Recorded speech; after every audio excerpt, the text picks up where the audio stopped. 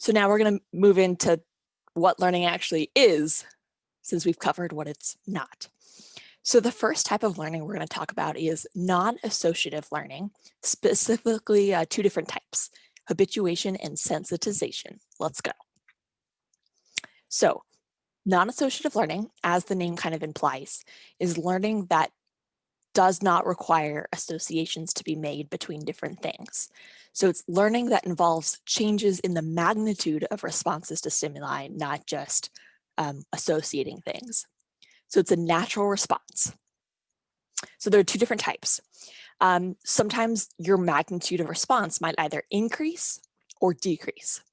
So if your response decreases to a particular stimulus, it's called habituation. So this typically occurs when things in your environment are constant or continuous and they don't cause any harm to you.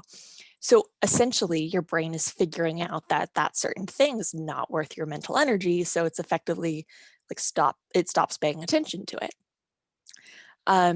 So this is kind of similar, if you remember from the sensation and perception chapter, the idea of sensory adaptation, except this is kind of, instead of to a particular light wave or sound kind of raw sensory input, this is more to an actual complex object in your environment or, complex sound, but it's the same kind of principle. So there are probably numerous examples of stimuli in your home or your habituation,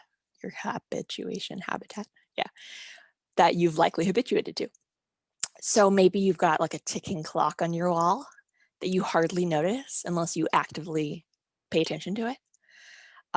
Recently, I've noticed that the sound of radiators or air conditionings will do this too.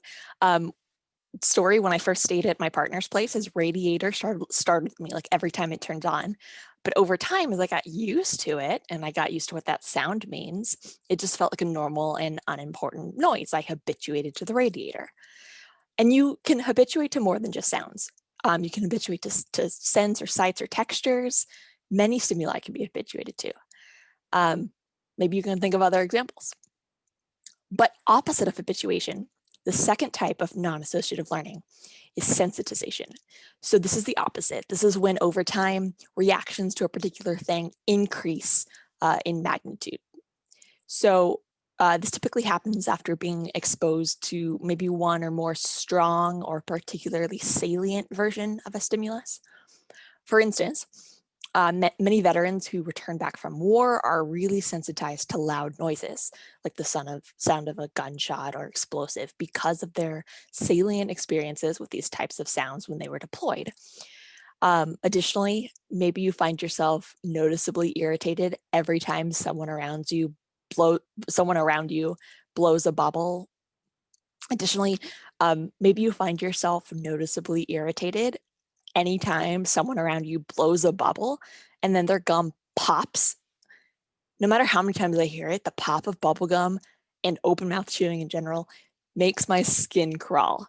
I've become so sensitized to these mouth sounds. Perhaps if you're similar, it was attributable to some particular negative experience growing up. So see if you can think of maybe other things in your own life, smells or images or sounds that you've been sensitized to. So just to kind of, again, differentiate, you've either got it is still learning because you're not having to associate two different things. Yeah. So just to kind of review again, this is a type of learning, but you're not associating two things together. Instead, you're learning about a particular thing either by increasing your response to it or decreasing your response to it. And if you decrease, you're habituating to it. And if you increase, you're sensitized to it. So that's non-associative learning.